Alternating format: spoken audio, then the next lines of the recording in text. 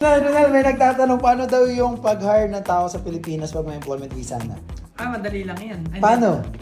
Unang-una, kailangan namin ng mga requirements like trade license, office photos, yung details ng employer like visa, passport, and Emirates ID. Kung ano naman, kung local, hindi na kailangan ng visa.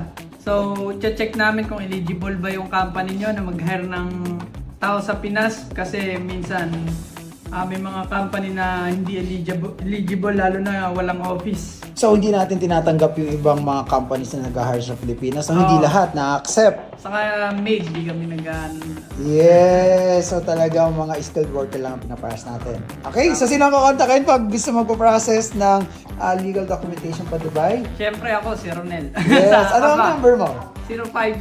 056-411-2341. Just Yes. contact us and we will guide you. Yes! Thank you so much! Bye!